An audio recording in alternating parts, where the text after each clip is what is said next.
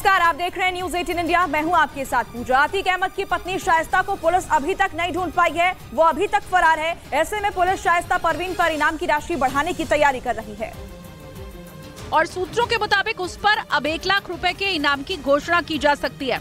अभी उस पर 50,000 रुपए का इनाम है।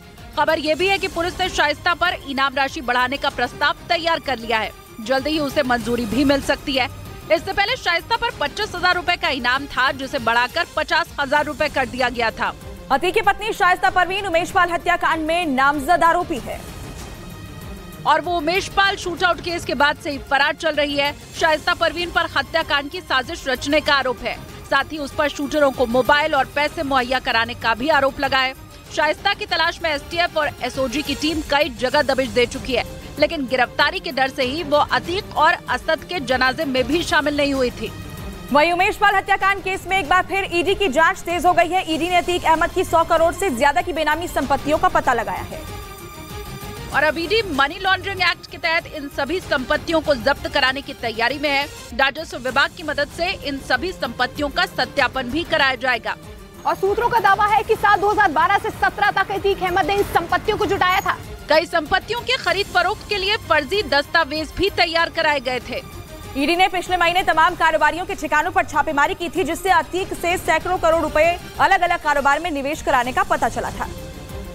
दावा है कि अतीक ने देश के अलग अलग शहरों में करोड़ों रुपए की संपत्ति में निवेश किया था। अतीक की चकिया स्थित ससुराल में दबिश के दौरान पुलिस को एक डायरी मिली थी। उस डायरी में अतीक के द्वारा देश के अलग अलग शहरों में की गई करोड़ों रुपए के इन्वेस्टमेंट के बारे में जानकारी थी। और अब ईडी की टीम इन तमाम इन्वेस्टमेंट का पता लगाकर जांच में जुट गई है। ईडी को अतीक के रिश्तेदारों के यहाँ की गई छापेमारी के दौरान भी तमाम फर्जी दस्तावेज मिले थे। और उधर अतीक अहमद पर एक और बड़ा पर्दाफाश हुआ है। माफिया सरगना अतीक अहमद का उत्तर प्रदेश के प्रयागराज में शिया वक्फ बोर्ड की संपत्तियों पर कब्जा था। अतीक की बेनामी संपत्ति की जांच के दौरान ये जानकारी मिली, जिसमें कब्रिस्तान की जमीन पर प्लॉटिंग कर मकान बनाने का मामला अहम है। सूत्रों के मुताबिक अतीक और उसके गुर्गों ने प्रयागराज में शिया वक्फ बोर्ड की जमीन को भी नहीं छोड़ा। शिया वक्फ बोर्ड के चेयरमैन अली जैदी का आरोप है कि वक्फ बोर्ड की जमीनों पर कब्जा करके कमर्शियल कॉम्प्लेक्स बना दिए गए।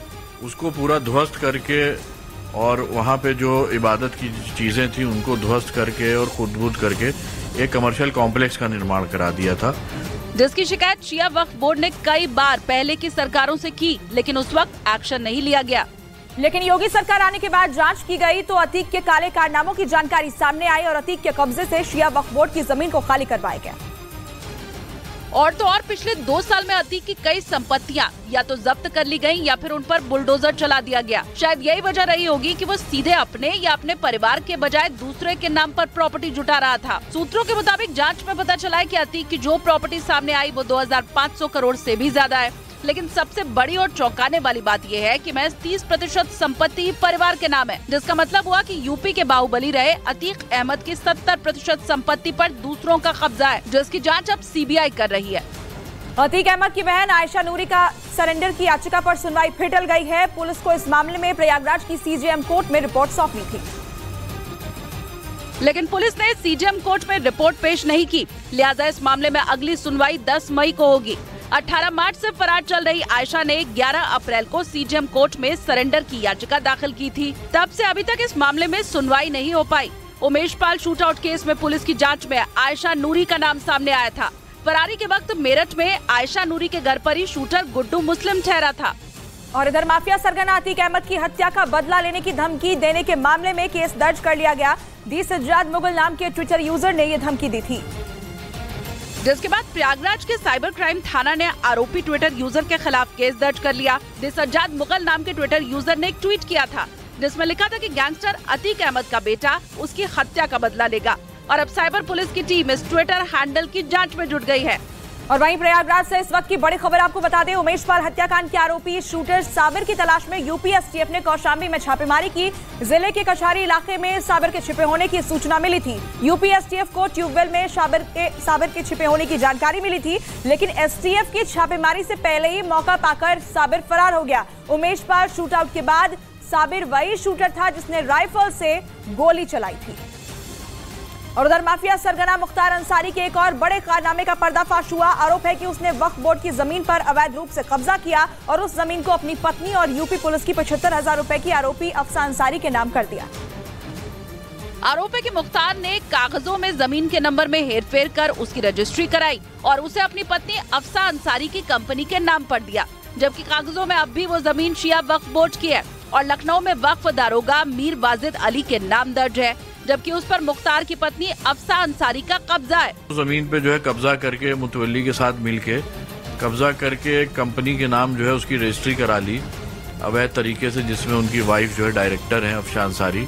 आरोप ये भी है कि बाद में अफसा अंसारी की कंपनी ने उस जमीन पर प्लॉटिंग की और फिर उसे कई टुकड़ों में लोगों को बेच दिया। जमीन की इस हेराफेरी में बोर्ड के ही एक सदस्य ने मुख्तार अंसारी की मदद की थी, जिसे जांच के बाद बर्खास्त कर दिया गया।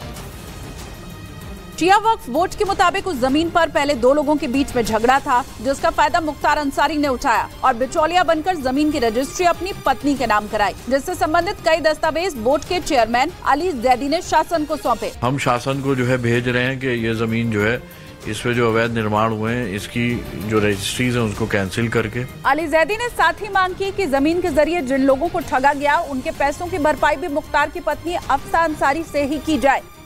और उधर यूपी में गैंगस्टर मुख्तार अंसारी के करीबियों पर भी शिकंजा कसा जाने लगा। मऊ जिला प्रशासन ने उसके बेहद खास माने जाने वाले आनंद यादव के खिलाफ कुर्की की कार्रवाई का आदेश दिया, जिसमें करीब 5 लाख रुपए की संपत्ति कुर्क करने के आदेश कोर्ट की तरफ से दिए गए। इसके बाद पुलिस प्रशासन भारी फोर्स के साथ मुख्तार अंसारी के करीबी आनंद यादव के खिलाफ कार्रवाई करेगी। उस पर बाराबंकी, मऊ समेत कई जिलों में आपराधिक मामले दर्ज हैं। कुर्की की कार्रवाई की जाएगी, जिसमें उनकी इनोवा गाड़ी और 2 गाड़ियां और है। करीब 5 लाख से अधिक की संपत्ति का कुर्की का आदेश जारी हुआ है। मुख्तार अंसारी के बाराबंकी एम्बुलेंस कांड में आनंद यादव भी सहयोगी था। इसके अलावा वो मुख्तार के गैंग IS 191 का सक्रिय सदस्य भी है। उधर मेरठ के कुख्यात गैंगस्टर बदन सिंह बद्दो पर यूपी पुलिस इनाम की राशि बढ़ाएगी, जिसे 2 गुना कर 5 लाख रुपए किए जाने का प्रस्ताव DGP मुख्यालय ने शासन को भेज दिया। अभी बदन सिंह बद्दो पर यूपी पुलिस की तरफ से 2.5 लाख रुपए का इनाम घोषित किया गया था, लेकिन वो 2019 से फरार है और अब तक पुलिस उसे पकड़ नहीं पाई।